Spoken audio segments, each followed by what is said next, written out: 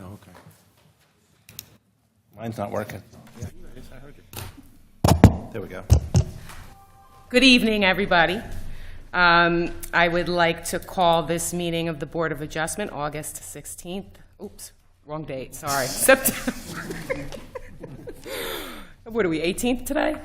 Yeah, 20th.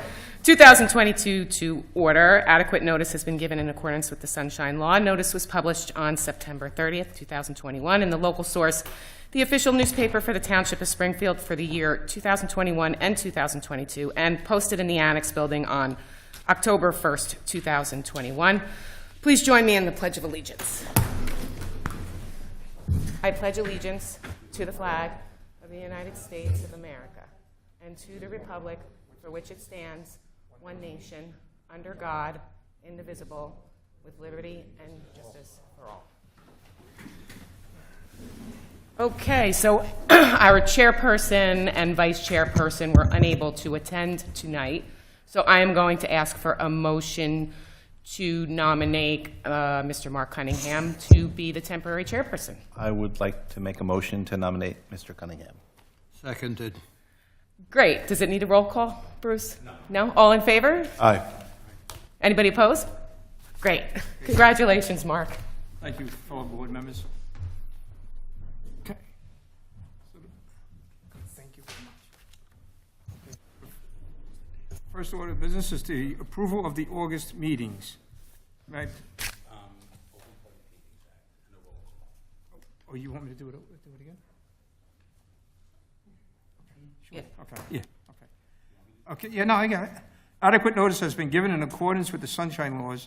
A notice was published on September 30th, 2021, in the local source and the official newspaper of the Township of Springfield for the year 2021 and 2022, and posted in the annex of the Annex Building on October 1st, 2021.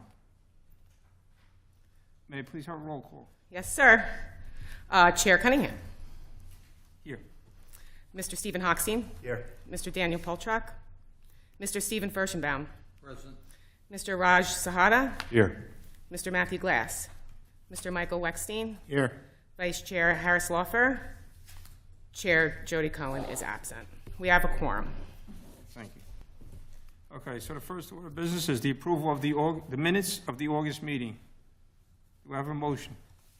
Just to be clear, this is August 16th, right? Yes. Correct. Thank you.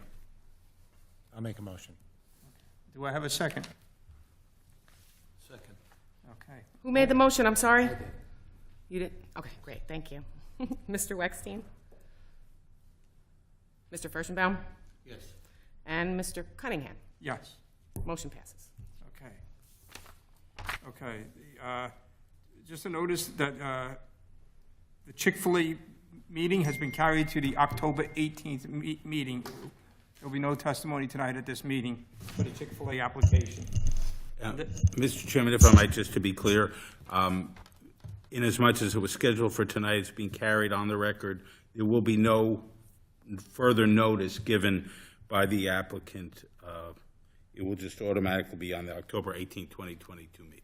Okay, thank you. Thank you. Okay, and then application 2022-17, Patrick and Catherine Moriello is being carried to the October 18th meeting as well.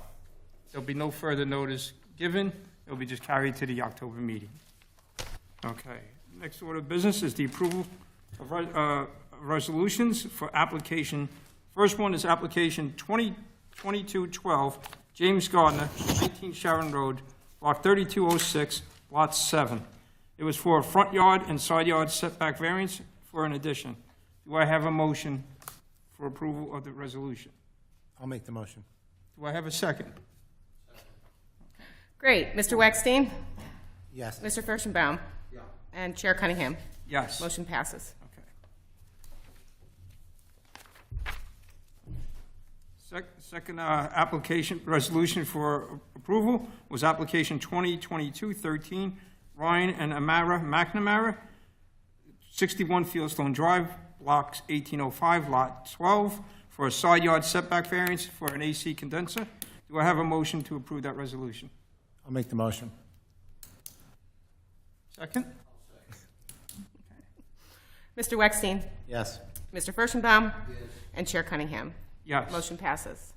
Third resolution for approval, application 2022-14, Henry and Sherry Stein, 580 Ashwood Road, Block 2501, Lot 8, for rear yard setback variance for a deck and patio pool. Do I have a motion to approve the resolution? I'll make the motion. Do I have a second? Okay. Mr. Weckstein? Yes. Mr. Furstenbaum? And Mr. Cunningham? Yes. Motion passes. We go on to our first application for tonight. Application 2022-15, Victor Emeritus DePaula, 50 Evergreen Avenue, Block 3004, Lot 17. Are you here? Yes. Can you please step forward? Come to the podium. Can you state and spell your first and last name and your address? Sure. Victor Delapa, VICTORDELAPA, 50 Evergreen Avenue, Springfield, New Jersey, 07001. Okay, great, thank you. You want to kind of give us an overview of your application and what you're looking for? I'm sorry, hold on one second. We're going to swear you in first for your testimony. Please raise your right hand. Do you swear or affirm to tell the truth? I do. And just state your full name again, please. Thank you. Proceed, please. My wife Meredith and I purchased the home last year in March 2021. Lived in Springfield for about 15 years. I have a 10 and a 12-year-old little girl, little boy. Like to put a pool in the backyard so that we can spend more time together, so that we can create more memories together, so that they can enjoy being together while on the way at work, not in the restaurant, not home very much. I don't get very much time off either, so anything that I can do to keep my family together is a top priority for me. My family's lived in Springfield for about 40 years. Still live in town.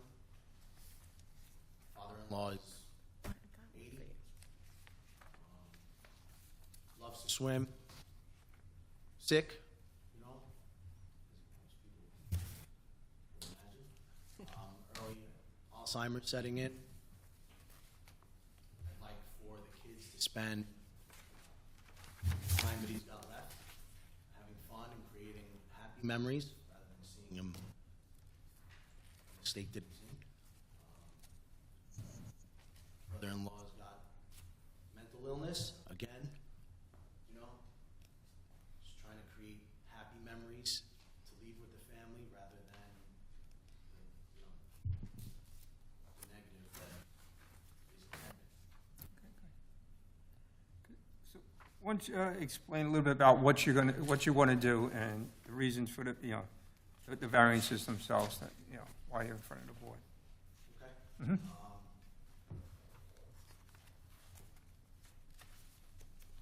Trying to put in a 14 by 36 pool.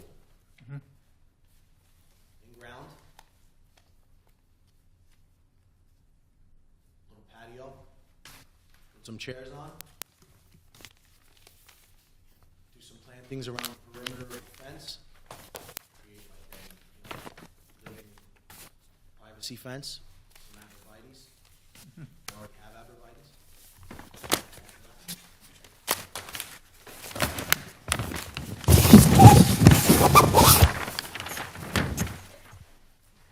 More technical stuff, Casey and Keller can probably speak to a lot better than I Okay, all right, can hire them to help us with okay. that I don't know anything about. Okay, great. Would you like them at this point to step forward? Okay, sure. Thank you. I do. For the board, can you please state your name, Sure. your credentials? Keller. I'm a licensed professional engineer and planner in the state of New Jersey and a principal in the firm of Casey and Keller. I've been licensed as an engineer since 1989, as a planner since 1990. I hold a Bachelor of Science in engineering, and that is from Rutgers University with declared concentration in water resources and environmental engineering. And I also hold a Master's of Architecture with a declared concentration in urban planning and design, and that's from the New Jersey Institute of Technology, where I also was an adjunct professor for approximately 11 years. I have appeared before this board, as well as the planning board, as well as approximately 110 boards throughout the state of New Jersey. I was the Township of Long Hill Planning Board and Board of Adjustment Engineer for 3 years. I've also done planning consulting work to the borough of Caldwell and a number of other towns as a planning consultant. My licenses are in good effect, and it's nice to be back for this board in a live venue. Okay, great. And can we swear you in before your testimony? Do you swear or affirm to tell the truth? I do. Just for the record, state your full name again, spell the last name. Richard Keller, K-E-L-L-E-R. And all of the information that you gave is true? Just going to say, I would affirm that that was also the truth as well. Okay. And you're being offered as an expert in what field? I'm both a planner and engineer this evening. Great. Great. I've got some exhibits. Is there anyone in the audience for this case? If not, I'm going to bring the exhibits up a little closer so I can infer them and the board can see them a little better. It's basically slight modifications to what you have, but I can bring them up and be a little easier, and then I can be heard on the board as well. So the property is approximately 88 by 119-foot corner lot at the intersection of Evergreen Road and Bernadette Court. It is located in the S75 residential zone. The property contains approximately 10,376 square feet in a zone that requires 10,000 square feet. The site contains a relatively new two-story home that faces Evergreen. If we go through I'll go quickly through the sheets. You can see the area it's at the intersection of the dead end, Bernadette Court on the south side, just about a quarter mile to the south of Mizell Avenue, located along Evergreen. As I said, the property is about 88 feet by 119 feet depth. The property does have the two-story, one-family home that sits.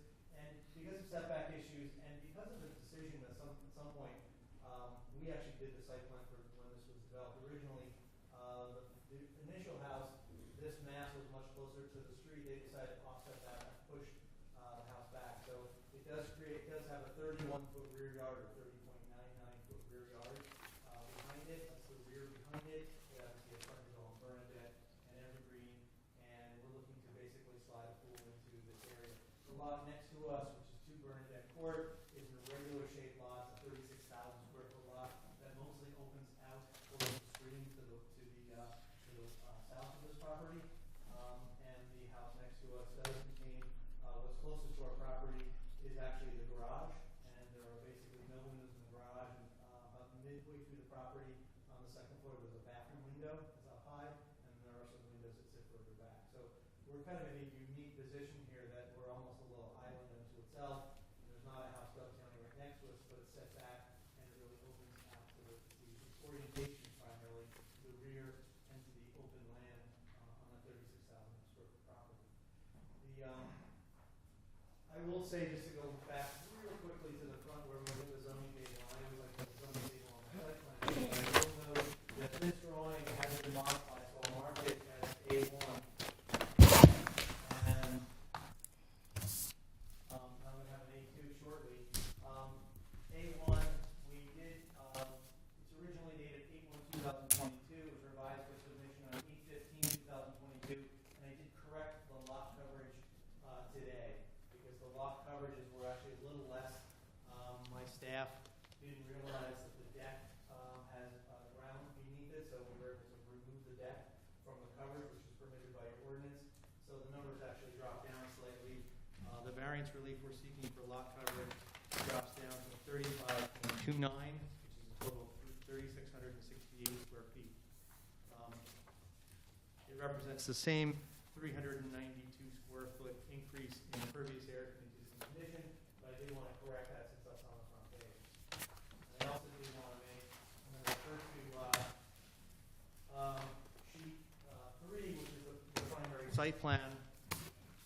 What I'm going to do is I'm going to show a different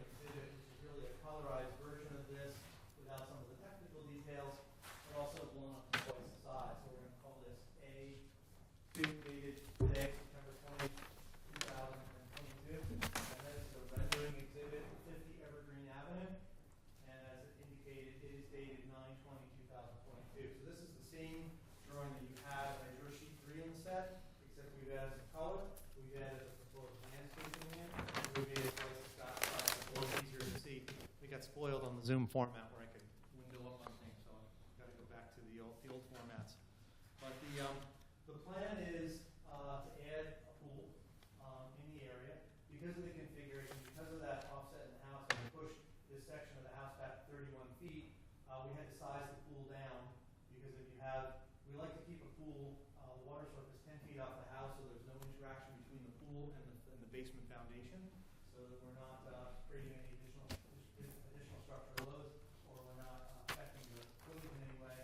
And then your ordinance requires a 15-foot setback from the pool to the rear yard. If we had a 10-foot from the house and a 15-foot setback and only 31 feet, that means the pool could only be 6 feet wide.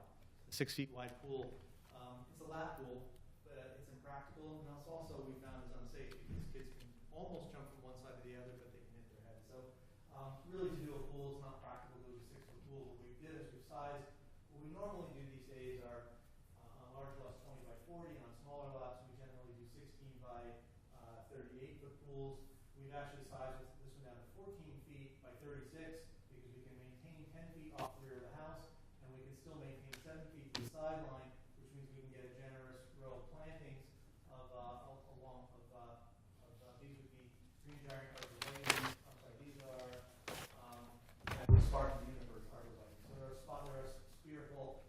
spired plant, not quite as tall as the green giants, but they'll grow well in that 7-foot space. Similar to what, if you've been to the site, there are some tall evergreens that kind of screen us from the property immediately to the west. The ones we're putting in are the green giants in the front, so they'll be much harder and much larger than the ones that are just in the front. So the plan is to basically remove the part of the existing walk that came out, replace it with paver walks into the back, keep a generous patio between that 10-foot space, a little bit of a patio at the entry point of the pool where it steps down into the low end of the pool, and then into the deep end of the pool, and then there would be one of the things we added, which was on the drawing, I show it in yellow, because your ordinance, there's an existing fence that's in the front yard. We're planning on extending that fence another 12 feet over, and then turning that into the house. So we're moving this part of the fence, jumping it over 12 feet, extending 12 feet. That is a low picket fence, a 4-foot high picket fence. But as your ordinance requires, there also will be a pool fence, a pool code compliant fence that is immediately around the pool itself. So we will meet your ordinance with a pool code compliant fence, gates that operate outward as required, including up onto the deck. So there will be a gate from the deck down into the pool deck area, and it'll be completely ringed by a fence as required by your ordinance. So that fence was added to this drawing. It was not on the original drawing. It was just an oversight, a layer that didn't get turned on. So the net result, as was shown on that site data box in the front, is this applicant requires 3 variances for the plan we're proposing. The first is for lot coverage, and that is where your ordinance allows 27% in the zone. We're at 35.29%. It's an increase of 392 square feet over what's there because we've removed some of the pavement where we could. Obviously, we have a very generous driveway. We can't remove any of that. It's always a little bit of a problem when you have a corner lot and you have the front yard faces one way and the driveway's on another, because you do pick up, instead of having the driveway up the front, you can bring some of the walk, you have additional walk. So that part helps to drive up some of the existing impervious that we can't get rid of. So part of what drives up the lot coverage is the desire to have safe spaces around 3 sides of the pool for the kids to circumnavigate, and the parents and brother who will appreciate swimming, brother-in-law. And so we did want to keep patios around the side. We've seen a trend in a lot of pools we've done in the last couple of years where people are going for what's called a Hampton-style pool, where they take away all the pool decking. It just sits in the lawn with a 1-foot band of coping around it. And in the Hamptons, it's an aesthetic look. In this part of New Jersey, it's a zoning issue. But what we found in the last year is that besides getting a lot of dirt in the pool, it's been somewhat unsafe. Kids kids slipping on the grass, and running around. So we found, we've gotten away from that, and in this case, rather than come in and delete a lot of the patio around it, we're asking for variance relief because you can obviously provide detention to mitigate against any downsides. It's all low, it's not high accessory structures. So we think it's actually safer just to have an appropriate amount of pool decking on the three sides for safety. The plantings along the south side are limited in use on that side, and then we decided it was just better to ask for the variance because it's a safer condition. We also need a variance relief for the rear yard setback, where 15 feet is required, as explained. That would be a 6-foot wide pool if I met that requirement. 7 feet. There is a neighboring 6-foot high solid vinyl two-tone fence that's there now, and the neighbor has landscaping on that side to break down it. Now on the inside of that, we're going to have the arborvitae that grow up higher above that. So on our plan, we actually show 2 endless summer hydrangea. There are 13 of the green giant arborvitae, and there are 23 of the skyrocket spiral arborvitae. That would be basically perfect for that 7-foot strip. And they'll grow up. They'll grow up generously. I think that some of the plant, I think these were 5 to 6 foot of planting. I think also on the property, and they'll grow up well. The third variance we need was for having pool equipment in the front yard. We are cognizant of the fact that we've got a neighbor right next to us. We really didn't want to put the pool equipment off so close to the neighbor. And we've elected to basically put it right next to the gas meter, electric meter in the front. There's a spot there where we can put pool equipment. We can put a fence in front of it, and across that entire strip, in addition to the hydrangea, we would put a row of green boxwoods to buffer that. So it would actually make the existing home more attractive because you won't see those meters right in front of the house. It would be screened with an attractive fence and then landscaping in front of that. So we thought that was a better planning alternative to request that variance. So there's 3 variances we're requesting. The variances can be approved by a combination of under C1 and C2. Let me just do the part of the plan through. So let me just remind the board, we did 392 square feet of additional impervious. We did propose 2 dry wells, which were picking up drainage from the yard, so that no water is shown out of the neighboring properties as a result of the additional impervious area. It's picked up a slot drain that runs down between the house and pool, an additional inlet in the back, and those go into 2 dry wells in the front yard. And there's an emergency overflow out to the street. We had good experience when we did the development of these 2 houses originally. We had good percolation, so we see no reason why those won't function well, and the overflow will actually rarely being used. But we did provide for stormwater management to mitigate any possible negative impacts from the additional coverage.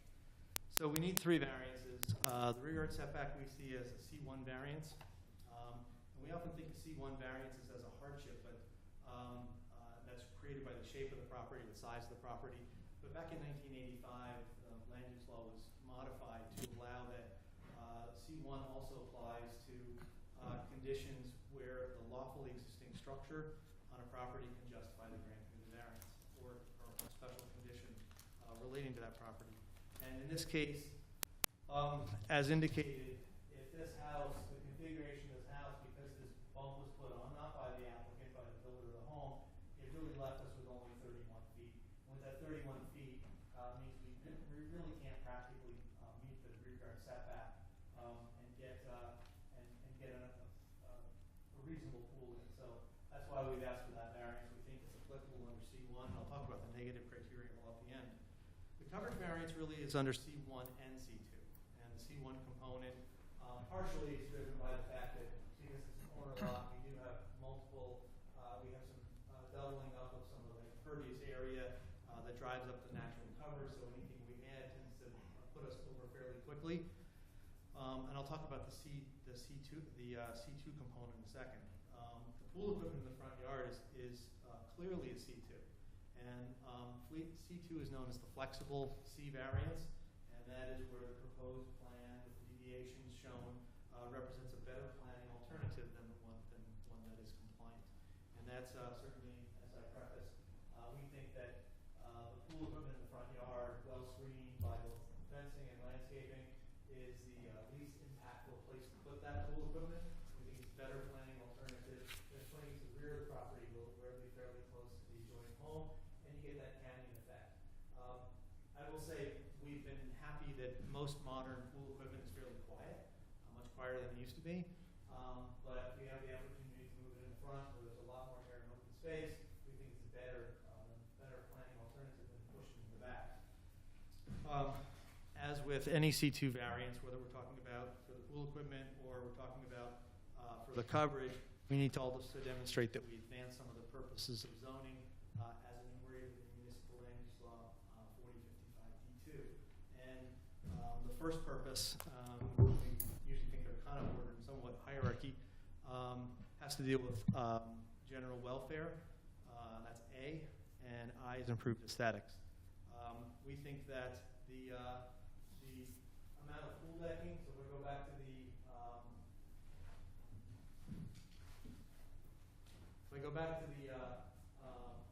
first of all, if I go back to the pool decking, we think it's a safer alternative to have a 3-foot strip around the one side, paving between the building, the deck, and the pool, where you get a lot of navigation and a barbecue will go, et cetera. So accurately get around all that barbecue area, and then some area for some chairs on the bottom of the drawing, which is the east side. We think that this is a safer configuration than trying to whittle this away, closer into conformance with the ordinance. And certainly, with regard to the pool equipment, section I under 4055D2 is improved aesthetics. So we think that there are at least 2 sections of the NLU that are advanced with this application. And I would say in its totality, we are also advancing both public health and general welfare, because as indicated, I think it's expressed well in the narrative, the extended family members do like, love, and enjoy swimming. It's good therapy for them. They can do it in a safe environment, under the supervision of Victor and Victor's wife. We all know that during COVID, I think you guys have seen a great increase in the number of pools that people are looking to do at home, public pools. I think in this case, the applicant is going to be more special reasons, given the nature of the family. So certainly, public health, general welfare, improved aesthetics, I think are all justifications for the application on a global scale. We also need to demonstrate that we meet the negative criteria, and that is that there's no significant or substantial detriment to the public good, and there's no significant detriment to the intended purpose of the master plan and zone plan. With regard to the public good, we see no detriment, mostly because of the way we've mitigated against any of the possible effects of variances. We have both the existing and proposed landscaping and fencing limits or eliminates visibility from the street and or from the neighbors. The configuration of the neighboring home is such that all of their windows sit up high. Either one is a bathroom window sits up high, or they all sit in the back and look off beyond our property, or most of the house is oriented out towards the south or to the left. There's no degradation of the air enjoyment of air, light, and open space to the neighbors. And as indicated earlier, the excess coverage is mitigated by the fact that we're doing a stormwater detention system to ensure that the neighbors don't get any increased stormwater effects. We certainly think there's also no detriment to the intended purpose of the master plan. Your master plan, I looked at the 2017 update. You really have to go back to the original master plan to find some of the goals, but basically they're consistent with the purposes of the Municipal Land Use Act, and they all look to maintain the character of Springfield as a small suburb with the highest quality. We think nothing in this plan does anything to undercut that. We're allowing long-term residents, new to this house, but long-term residents, both husband and wife to Springfield, to kind of add an amenity that certainly is not uncommon in residential properties, and it's become even more common given COVID. And so we think that it meets the burden of proof under C1 and C2, and I'm happy to answer any questions. Any members from the board have I questions? do have a question. On the left side of the property, there's a 6-foot fence that's coming almost out to the street. Do you know if that was approved as a variance in the past, or was that just installed? I don't know, and I don't think that I think it got continued for the presence of that, but it's not part of this application, and I don't know. I might suggest that if it wasn't approved in the past, that might be another variance that you may want to ask for, to include that in the...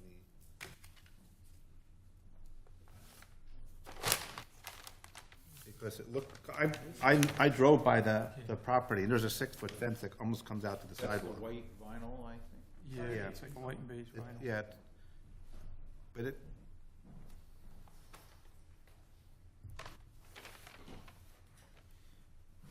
and it appears that it's on your property, so. Yeah, so it is. So I just asked my client. So it was put in by the builder. We don't know if they got variances for it. It is two-tone. It's got a white frame. Yeah, it's white and with a beige. tan interior. So yeah, it would probably be a good idea. I think it's appropriate given that subdivision was a peculiar subdivision, and the lot next door had a peculiar building envelope, and that's why the house is the way it does. I think the 6-foot fence does provide a good level of existing privacy, and we'll do so with the pool. So it would be a good time. I don't know if the builder went and got a variance for it, but let's assume if they didn't, we'd love to ask relief for that now.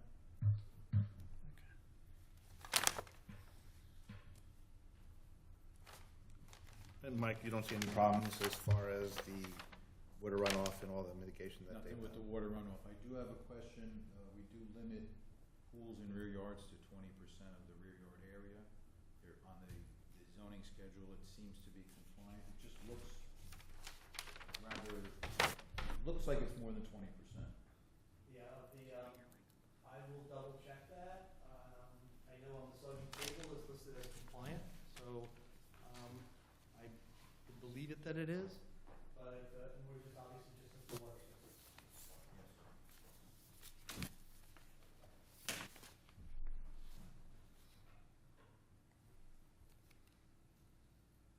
the stormwater is amply sized. Any other? And that is correct. I'm looking at I know the water surface is 504 square feet, so, and I'm assuming that about 1,400 square feet on a 10,000 square foot lot feels about right.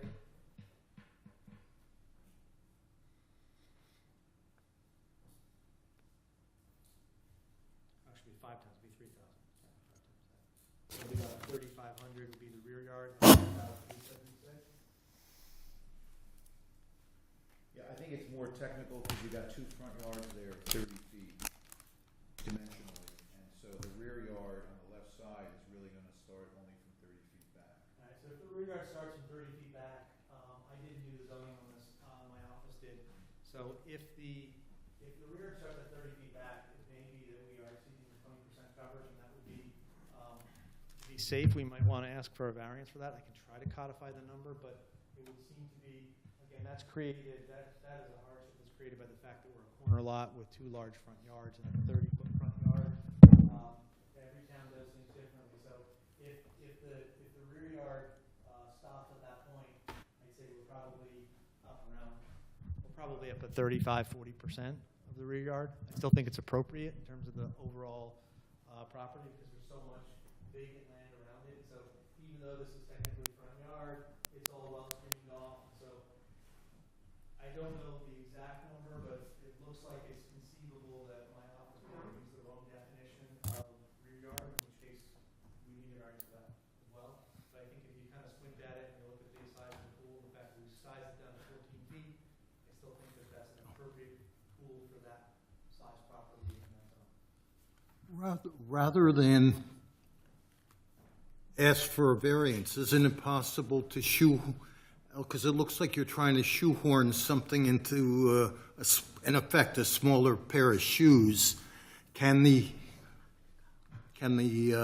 pool be cut down to meet the 20%? And if not, why not? Well, I think you'd be back again, you'd be talking about back to a 6 or 7 foot wide pool again, that same dimension, which it's really not practical. I mean, I also, as my colleague was there to look at it, I know the property is kind of, I'll call it weird shaped. But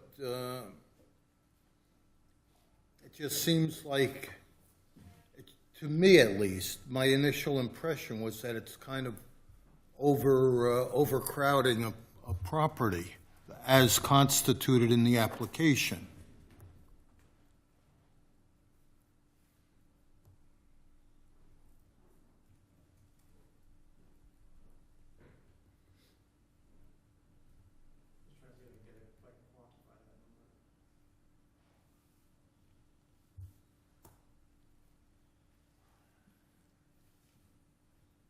While the engineer is doing it, to understand the issues a little better, if this house faced Evergreen, typically the whole width of the property would be rear yard. In this case, because it's on the corner lot, you lose the benefit of that first 30 feet off of Bernadette. It's defined as front yard as opposed to a rear yard, so. So actually, I'm being a little conservative, but it looks as though that pool coverage actually represents, if we cut it off at the 30-foot mark, it actually represents 28% of the rear yard, where 20 is permitted.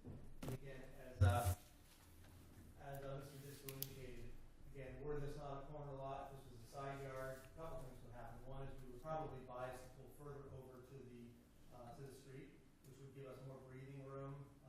We could reconfigure the deck, we get more breathing room. But with that wanting to keep the pool out of the front yard, it really does mean that. And I know there's a sort of a sense that we're shoehorning it in, but I think that again, once you get below 14 feet, the cost doesn't really get any less, and you're spending a lot of time to create a pool that's, if we went down to 6 or 7 feet, I think it would basically kill the product. There's no point in doing a pool that's that low, because it also gets to be dangerous. Have you considered, instead of making the pool more narrow, perhaps shortening it from 36 feet to 28 feet? It's certainly possible, because we've kind of minimized the amount of the decking around it already. So in a perfect world, I would probably, but keep in mind, in terms of the coverage, that doesn't, the pool water doesn't count as coverage. So because it's flat to the ground, so it doesn't drive my numbers up. So if I was to shrink that number, I may move the patio in, or I may actually leave it as an appropriate size patio to get 7-foot lawn chairs in there. I can shorten the water surface, but it wouldn't affect my, Lot coverage. ideally it wouldn't affect my lot coverage. Right, but the pool coverage, it would for the For backyard. the pool coverage. Right. But again, one thing about it, and again, if we're looking at the size of the pool relative to the overall property, it's only because of the unique condition that we're a corner lot. Otherwise, I think we were at 14.7 when we counted that, I'm assuming when I counted that front percent, which is well under the 20%. So I think if you consider, you were to look at other lots in the center of the block, if the pool size is appropriate, the only difference is we couldn't put it in the front yard, so we slid it back to where it's at.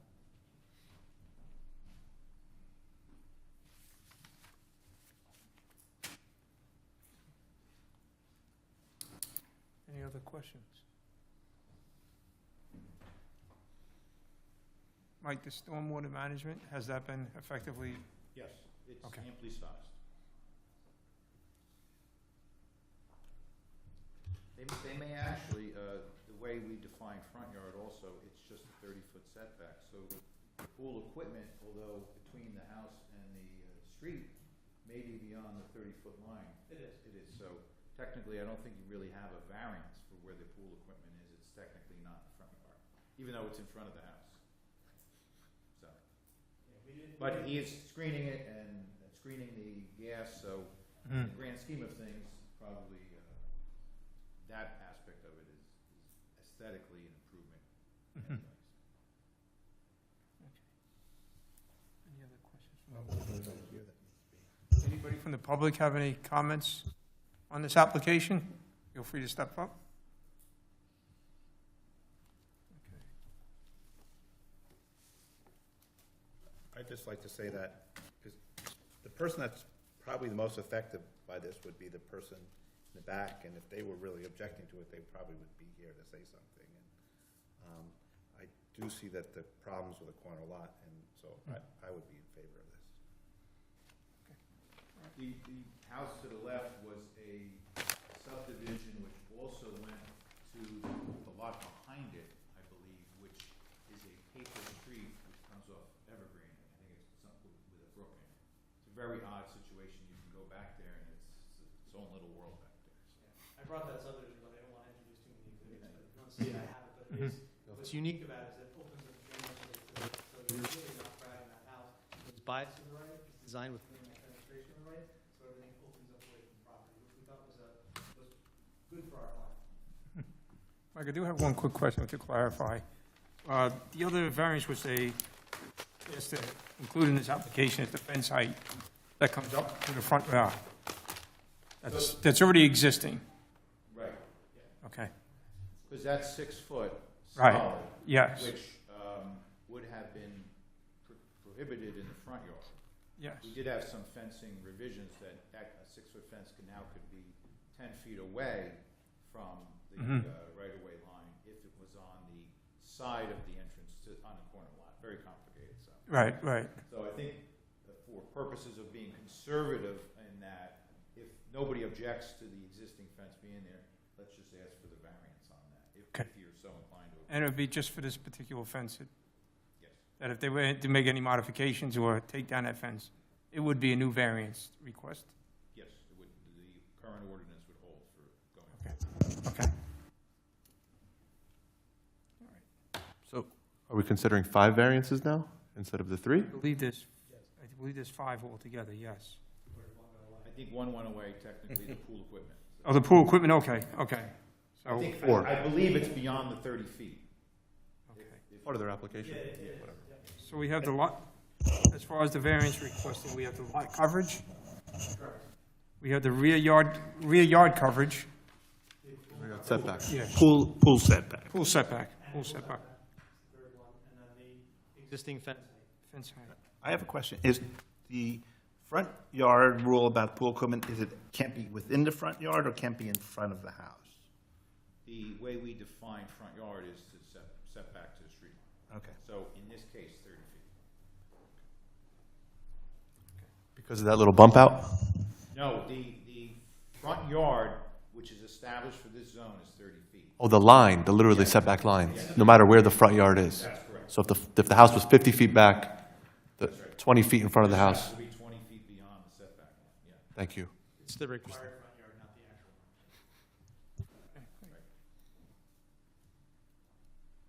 one. Okay, so, put it out there, so nobody from the public has any comments? Okay, so let's put this up to a vote. Okay, so what we are, the variance is being requested is for lot coverage. Okay, the pool rear yard setback. Correct. And the fence height, And the pool coverage. and the pool coverage. In the rear yard. Pool coverage in rear yard. Okay. Is this being presented as an all or nothing, or are the variances being voted on separately? The application is for all of the variances. You have to vote on them, So it's all or nothing? correct. And for the board, I presume that you want me to put in the standard condition that the drainage plan be approved by the engineer. Yes.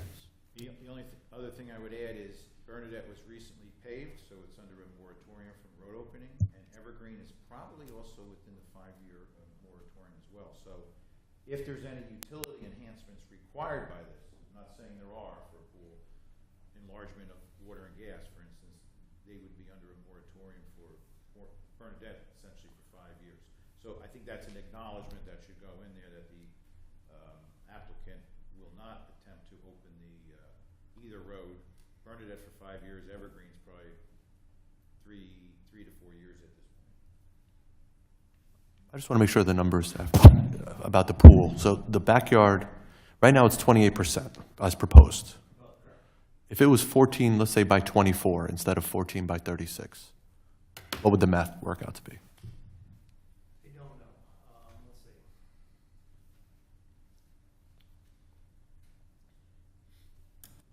It's 168 square feet less. 168 square feet less.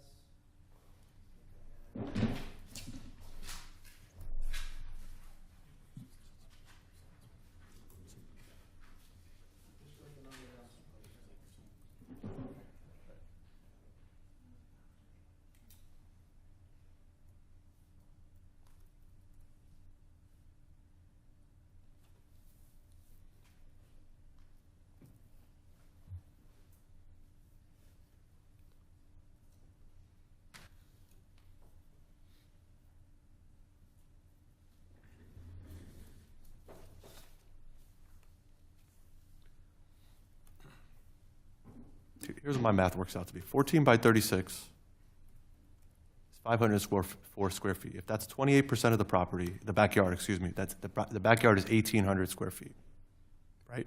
You with me? I get the backyard is 88 by 30, Okay. so that's 2640. Currently, I have a pool that's 504. So 504, 2640 divide is, oh, hold on.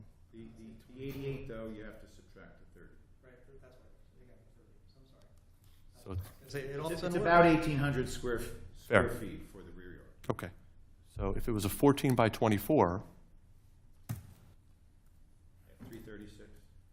that's under 19%. And it's a good-sized pool.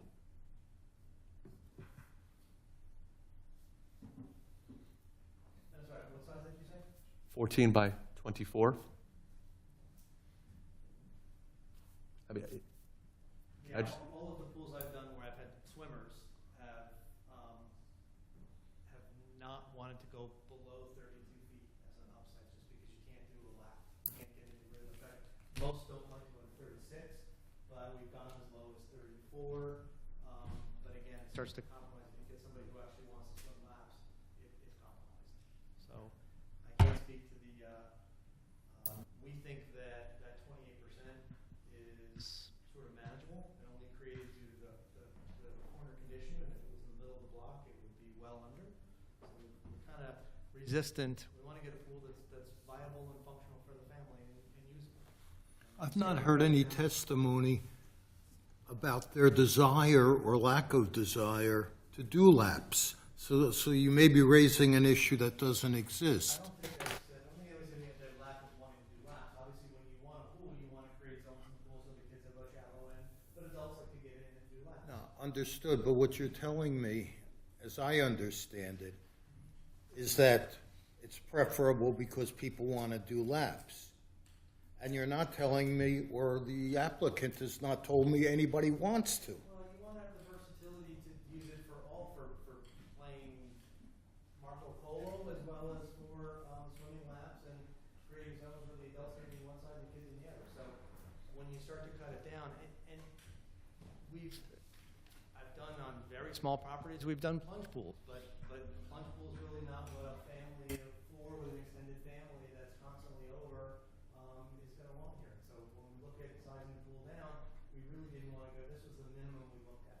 In consultation with the pool contractor, who, Marston Pools, as well as the other pool company, both said, you just don't want to go below that because people complain all the time after they spend all that money that they lost the versatility in the pool. So I'm sure that, I don't think we said that no one would do laps in it, but I think you want to allow the versatility of a pool. And since there's really no negative impact on the neighbors and no negative impact on the drainage, we think it's supportable in this case.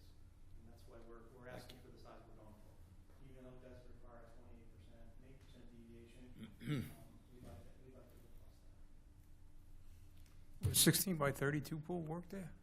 Because that used to be the standard size of an in-ground pool. Yeah, but the 16 feet wide is a problem. More square footage. That's why we went, so we can't do 16 feet, so we went to 14, okay. Up to 34 feet. Okay, so you take, okay. We try to sort of, squeeze it in, and we didn't want to go too much. Okay, So it's probably the same, just about the same. yeah, size. okay. All right. I presume this is a non-diving board pool, correct? Correct. Yes, okay.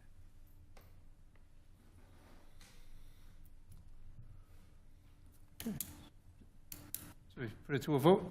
Okay. Okay, is I'll there make a motion? move to approve. With the variances as you stated. Okay. Is there a second?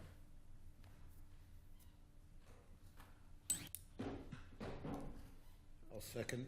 Does that mean I have to vote for this, or does it just mean I have to put it to the floor if I second? I'll second it.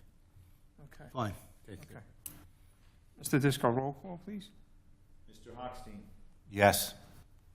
Mr. Weckstein, Yes. Mr. Cunningham, Yes. Mr. Furstenbaum, No.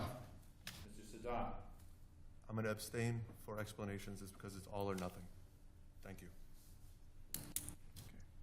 Thank you. 3 yes, 1 no. Mr. Keller, would you just make sure that the 2 exhibits that were marked, that hard copies get submitted to our zoning office? What I'll do is I'll submit them tomorrow, both in electronic and these hard copies. Thank you. Thank you, Mr. Board.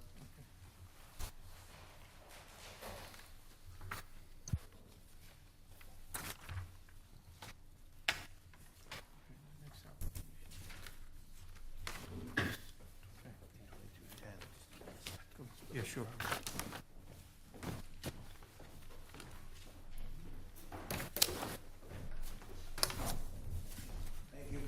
You're welcome. Take care. Good luck.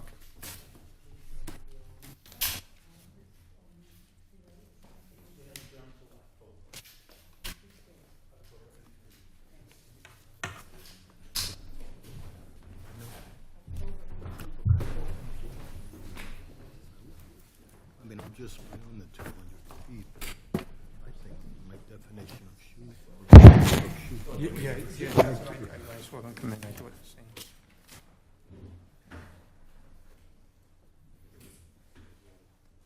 The next applicant, application 2022-10, Joseph Saris, 12 Briar Hill Circle, block 3514, lot 5, a bulk variance for a commercial vehicle. Could you please step forward?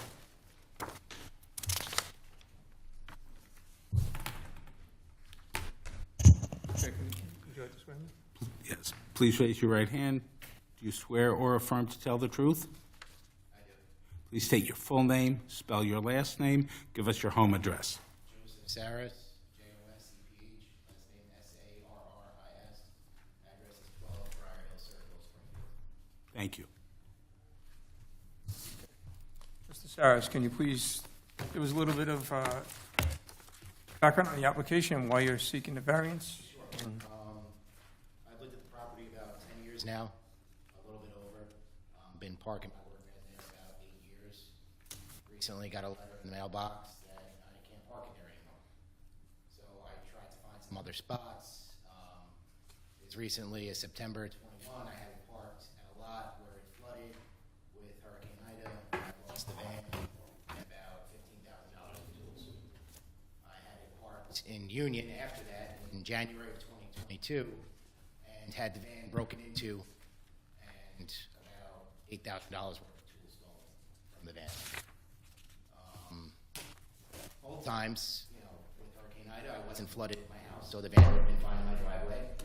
And I doubt that someone would have broken into my van if it was in my driveway. So, you know, not being close to me is an issue in that respect. And also, you know, having a plumbing and heating company and 24-hour emergency service, you know, people call and they want someone there quickly. So if I have to drive somewhere to get to the van and then, you know, get in the van and go to the call, there's a chance I could lose that job. You know, as a small business, I can't afford to, you know, lose jobs that I get or have another company beat me there.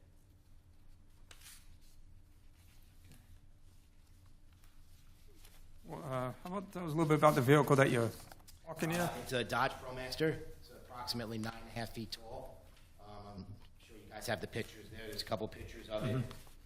It is lettered. It's a newer vehicle. It's in good shape. It's my primary work vehicle. It's in the driveway on one side. If need be, I can pull another car up against it and, you know, fit 2 cars in the driveway, you know, going from the house out to the street. Is this the only Yes. work vehicle you have? Yes.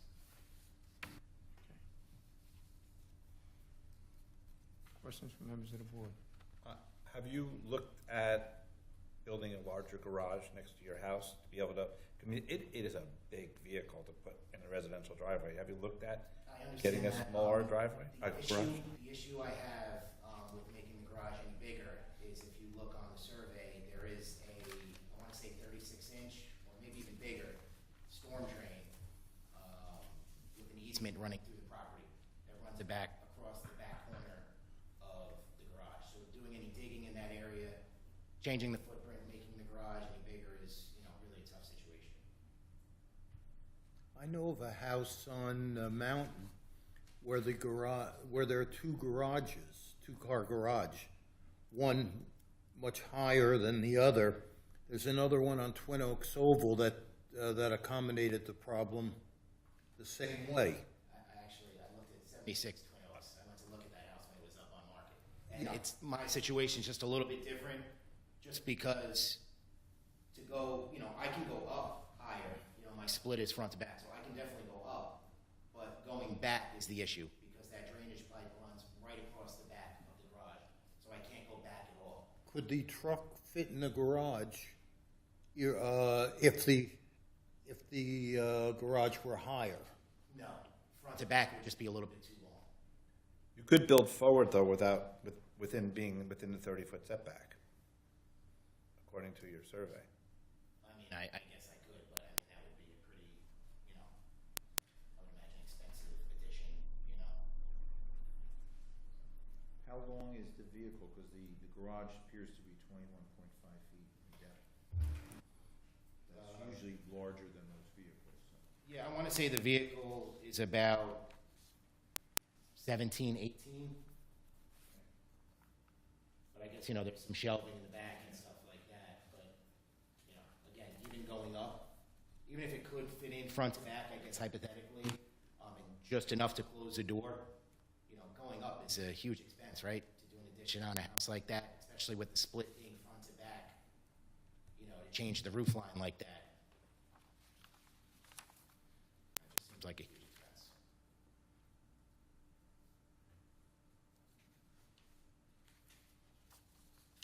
Any other questions from the board? No questions. Is there anybody here from the public on this application? I have a couple of my neighbors here. Okay. One step, please, okay. Okay. I don't know. Okay. You can ask him. Okay. Did you swear this? He's sworn in? Yes. Did you swear? Yes. Who sworn in? Okay. Anybody from the public have any questions for the applicant? No. Okay, all right. Anybody from the public would like to come up and have comments regarding this application? Okay, please step forward. And we're going to swear you in. Raise your right hand. Do you swear or affirm to tell the truth? Yes. Please state your full name, spell your last name, state your address. Emily Kaufers, Kaufers. I live at 6 Briar Hills Circle, Springfield. Thank you. I'm a neighbor of Joe's. I'm 2 houses away, and I find no problem with his van in the driveway. It's a very nice vehicle. It's clean. He always has it pulled up to the garage, two cars are on the side. I don't see it in the street at all. It's always parked neatly there, and I have no problem with it, as my husband doesn't have a problem with it either. It's fine with us, so I just wanted to let you know that. You're 2 doors down from? Yes. Okay. Okay, thank you very much.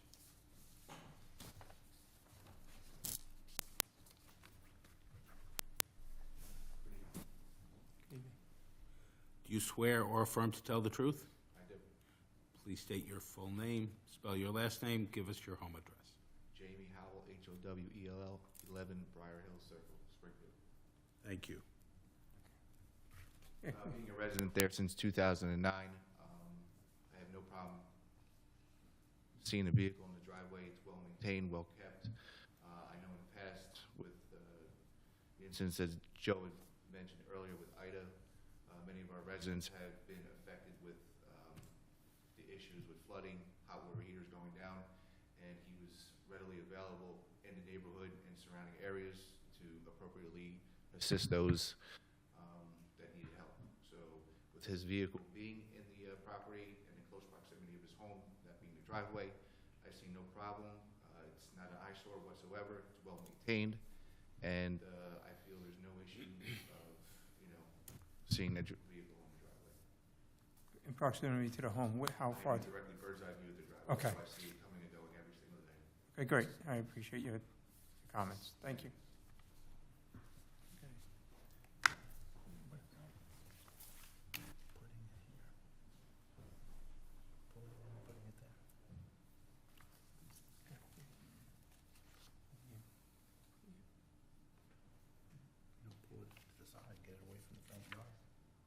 Have you considered putting a parking area to the left of the house and getting it out from in front of the house and being more discreet with it? Because I mean, there's an ordinance in Springfield for a reason. It's a big vehicle, it's fully lettered, and it's like a billboard in front of your house, and, I get it. I get it. Again, the couple things I pointed out before, like, you know, having the van broken into, having a van lost with flooding, like, you know, these all create a hardship for me, right? So having the van in front of my house seemed to be the best option. Again, I don't really see on the side, are you proposing like on the side of the garage to have a space to pull up and maybe a fence to block it? something so that it's not sitting out in front of the house, something a little more discreet. You know, I don't know if that's something you've considered or not, so that. I mean, I've looked into it, just didn't seem like there was a ton of room there. I mean, because it's kind of right up on the neighbor's property then. You know, I don't know if there's a setback left to right with how far the driveway has to be from the property line. But if I were to go to the left of the garage, it would stop, I guess, any traffic going to and from the backyard on that side, which is our primary side, and also be right up on the neighbor's property. And it would be on top of the easement? Yes, yes.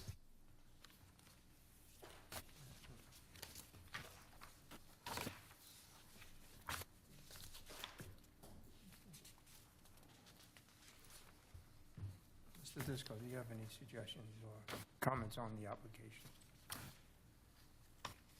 The ordinance, or this aspect of the ordinance, was added to the land use ordinance in 2016, so it's not that old.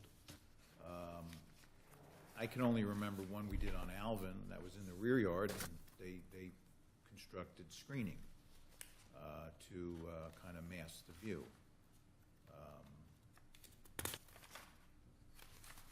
The way the ordinance is written, it's a bulk variance which expires with the current applicant.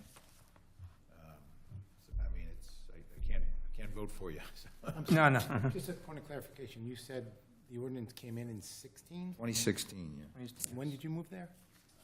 2010. Okay, so the van was there from 10 to 16 already? Yeah, the van's been there. And then the ordinance changed in... The language that is currently in there was amended in 2016. I can't tell you exactly what it said before. So we don't know what it was when he bought the house and started... No, but I think at the time, I remember there was a committee of Board of Adjustment and Planning Board and Sam Mardini and the like, Bob Michaels, and this was a point of focus that they wanted to, I don't want to say crack down, but rein this in. There was a lot of difficulties with this. I mean, I can read it. It's in any residential district or property, no commercial vehicle shall be stored unless it is stored in a private garage, obviously not large enough to do that, provided the vehicle is used by the current resident of the property on which it is stored. Well, that's the case. Accessory use. Any variance from this section shall be deemed a bulk variance pursuant to NJSA 4050-C and shall not run with the land. That's it. But we don't know what it was. I know Mr. that. Chairman, if I might, I think I have a little more information. At the time this ordinance was enacted, the prior, and I don't remember the dates, but going back historically, there was such a zoning restriction on trucks as well. At some point, again, I can get the dates, but I don't have them at the top of my head, it was changed from a zoning restriction to a licensing restriction. And so if you wanted to put a truck in your front yard, you had it was not a zoning issue, it was a police ordinance issue, and you could get a license, you had to apply, you had to notify your neighbors. If a certain number of neighbors objected, then the license wasn't granted. So there's always been some sort of restriction or requirement concerning having a commercial vehicle in a front yard. Did you ever apply for that license? No, honestly, I didn't know. Okay, so, okay, all right, that's... I can only offer, I spoke to Robert Herbert, the zoning officer, code enforcement today, and it was as a result somebody had complained about this. So he must have left a door tag, I guess? Yes. Yeah, and hence started the process to get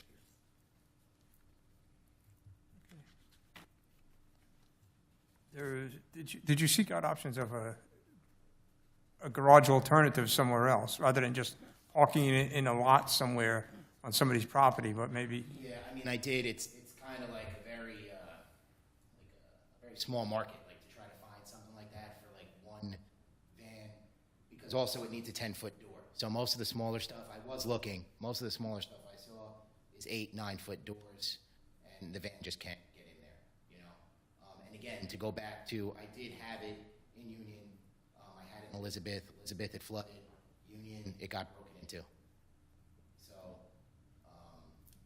I mean, honestly, I think the complaint came when I had it parked my neighbor's house down the block after it was broken into. I had to get it out of Union because I couldn't leave it there. You know, I had all those tools stolen. So a woman I did work for down the block was nice enough to let me leave it there for 2-3 days while my guy was arranging that he could park it at his house, my second van. I think in the interim of it being parked at that corner house on the corner of Wentz and Briar Hill Circle, the complaint came from somewhere down in that area. The van is obviously no longer there. It was just a short-term thing, and she was just helping me. But in the time that the van was parked on that property, that's when I got the letter. You know, now Bob couldn't tell me exactly who called, nor would he. But I'm assuming that's where it came from because the timing was too, you know, it was the same time. And again, I've had the van there for a long time. I do work for most of my neighbors around me. Nobody really seemed to object. So I'm thinking that's, you know, that's where it came from. Yeah, just going back to the prior applications that we did see on this, you know, the applicants were able to park the vehicle on their property in an area that was kind of either out of the way and kind of not in, you know, street public view. So this is kind of, you know, right in your driveway, so it kind of. I mean, I always, when I do, if, you know, if it needs anything, I keep it tucked as far back, you know, on the side of the garage as I can. I roll over the pavers, like not onto the grass, but as far back as I can go to keep it back. But if it's gonna be at the house, I mean, I really don't have any other option, right? I can't go around the garage to get in the backyard. If I would, I could. If it was easy enough to put up a fence and be done with it, I definitely would. But with the easement there and just the lack of room from left to right, I just don't see how that's possible. Mike, are you allowed to put a driveway over an easement? Sure. You can't, you technically don't want to put structures, a fence, landscaping, an at-grade pavement. Again, if you had to go in there and replace something, that's not an impediment to it. You're going to excavate through the driveway almost as quickly as the ground. In your opinion, could a truck fit in that 13.7 as a reasonable parking area? How wide's the truck? I mean, I'd have to measure, but I'd say about 9 feet, right? 8, something like that. Well, if it fits in a typical parking stall when you go to the store or something, and they're 9 foot wide. So, I mean, most cars are like 6.5 feet, something like that. I will say, I mean, I don't know if this makes a difference with that. We do have the electric service that comes down on that side of the house, on the garage side. So you have the wires coming across overhead there. Not that the van would, you know, hit them or anything like that, but it would be right up against the electrical meter on that side of the house. This is the S75 zone, so the driveway would have to be 5 feet from the side yard property line. Otherwise, you're going to incur a variance for that. So that leaves you with 8.7 feet wide. Right. He'd probably be a skillful driver. He'd have to park really right up against the side of his garage in order to meet that 5 foot. Or ask for a variance to have the driveway? Or ask for the variance, but I would caution, that hasn't been noticed for this particular Right. one tonight because I don't believe the property owner directly to the left is here, so they wouldn't be aware of that. So I think that would be one where, although the board has great flexibility to negotiate, I think that one we'd have to be careful about. But that's an option, you know. And you could certainly then screen the remainder of the setback on the driveway to aesthetically kind of mask that.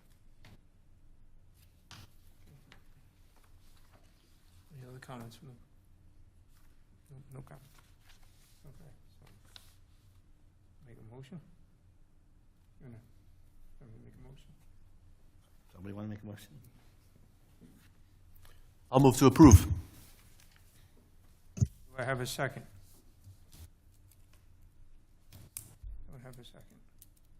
Do we have a second? No, we do not.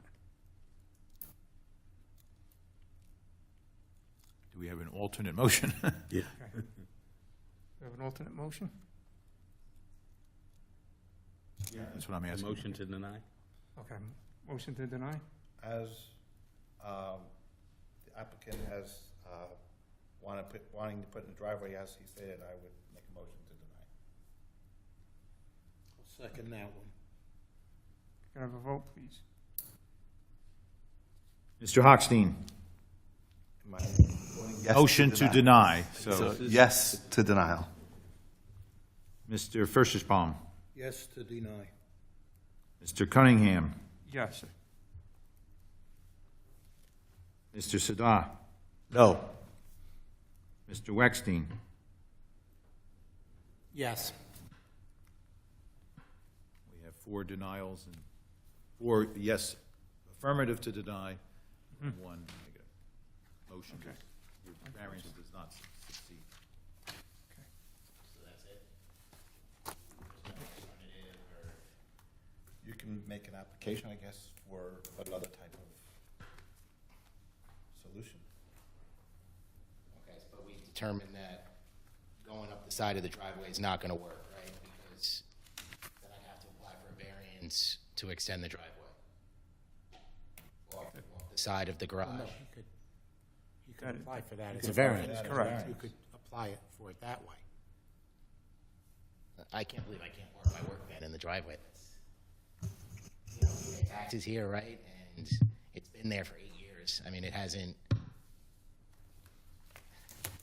it puts a hardship on me as a small business owner to have to park the van somewhere else to pay for it. As I mentioned, the van getting broken into, no security around the van, right? I mean, I'm trying to do the right thing here. I don't know.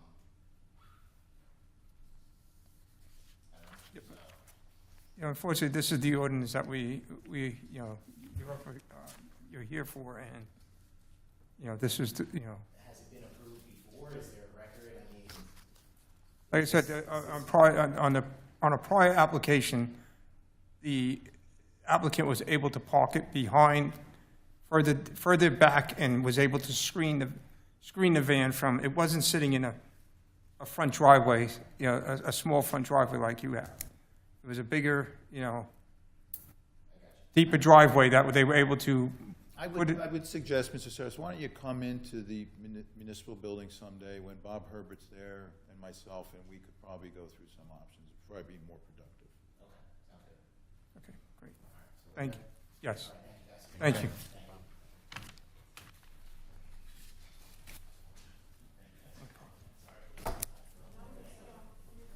Okay.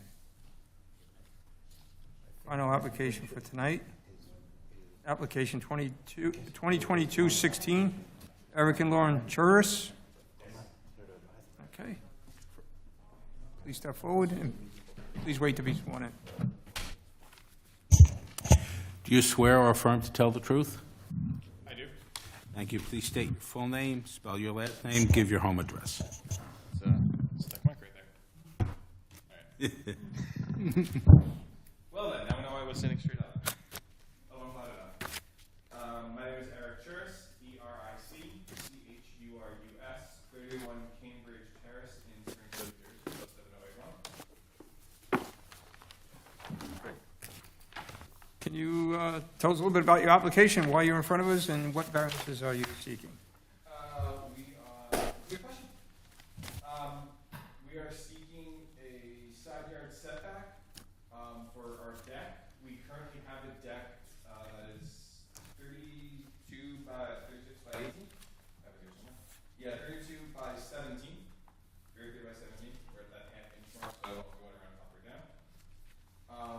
It was built when it was already there when we moved into the house. During the inspection, the inspector pointed out, you know, a couple things about it. Just from being apparently built like a long time ago. We had a tech company come in and we were thinking of just getting it resurfaced. They advised us it might be a good idea to do a full tear down and rebuild.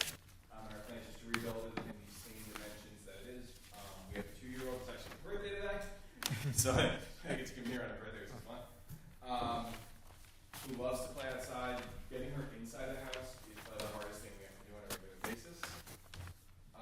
So having a place that's in the backyard, because right now the way it is, it's like we can't plan the deck. Our backyard is all sun in the afternoon. During the summer, we had to play in the front yard, which isn't always an ideal location for a child to be playing in.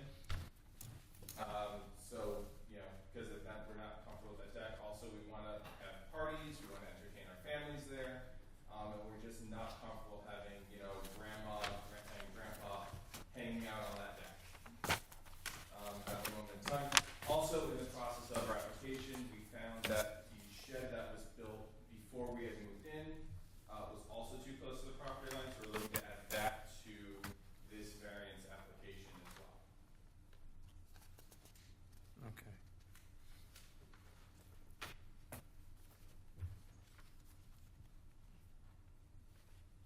Is the height of the deck changing in any way? No, we are rebuilding essentially the exact same deck, just with more up-to-date things to meet current standards.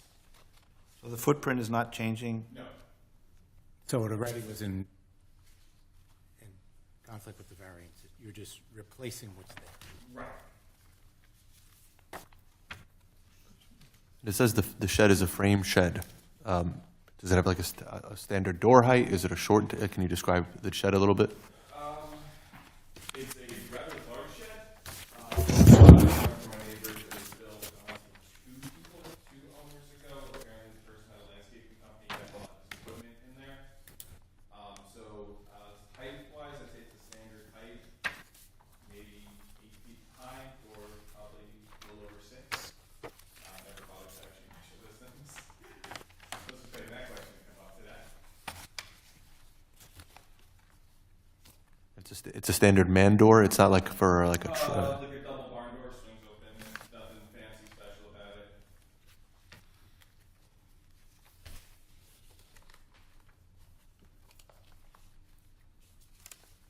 And you're tearing down the Yes. shed also, No, the shed was just to let it stand as is. but just to bring it to code. Yeah, to get the variance to be like, it's okay where it is. Where it is, because- Yeah. So the only setback you're going for is a non-conforming side yard? Everything else is conforming? It has to match the house, which is an 8-foot setback. The house is at 395, and the deck is as well, so. I guess, it's, obviously was deemed not a maintenance activity, it's a new construction, so that's. Yeah, because we were tearing it. If we just resurface it, we would have been fine, but again, with how it looked underneath, with what we revised, we decided to redo the whole thing and make it stable and secure. And I guess there's no record of them ever, not you, but the prior owners ever coming for a variance for where the deck is now. That I don't know. I think I probably would have looked at building department records, but doesn't mean I would have found Yeah, it. Especially if it's 2 owners ago. And either way, they still would need a variance anyway, right? Yeah, but it could have been a weekend warrior, There. Yeah, that's why I There was. was a permit for it when Okay. we were purchasing. However, it was, the email from the lawyer said it was lost in the flood. Dog. So I don't know what that entails. Question. On your application, it says rear door, to meet current standards, rear door would need to be moved? Yes. I'm sorry, I may have missed that. Yeah, no, so, the door to our deck is on the side of the house, closest to the neighbor's yard. It comes right out from our kitchen, it's a very nice flow, so if like we were cooking something in the kitchen, we could just walk right out from the kitchen, right out onto the deck. To pull it, moving it in the 3 feet to basically meet code, would require us to move the door. It basically cuts the door in half. So you're not asking to move the door, but you're saying if No, we're requiring but you like to move if the we deck. had to move the deck to then be able to walk onto it, we would have to move. Also move the door, yeah, because it kind of... Yeah. Got it. I understand. Thank you. Yeah, no. It's a weird thing. What is the practical difficulties of moving the shed over? Is that possible?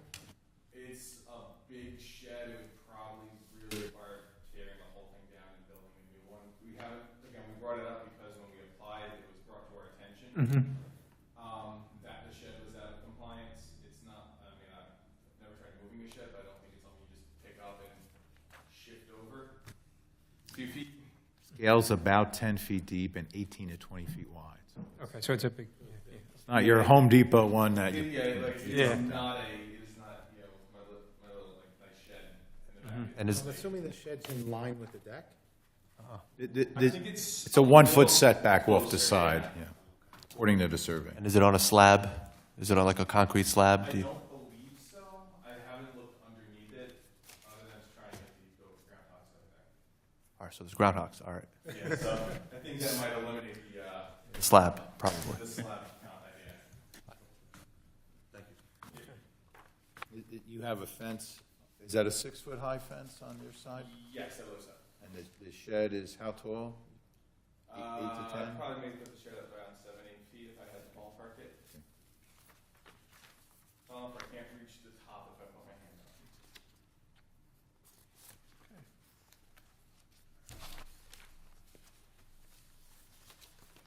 I'd like to just say that the fact that you're taking a deck that's unsafe and replacing it with one that's safe, I think that there's a benefit to doing that.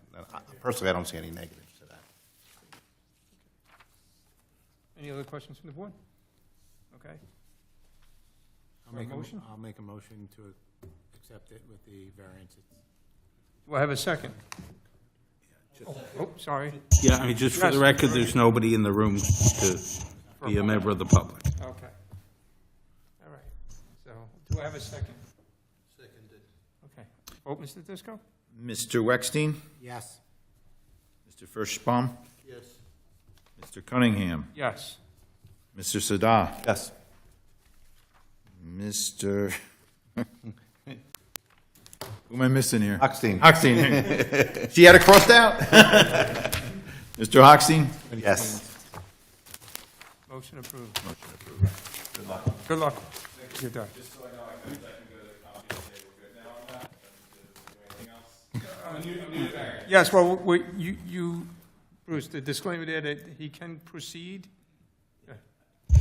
The decision is not permanent, if you will, until it's voted on October 18th.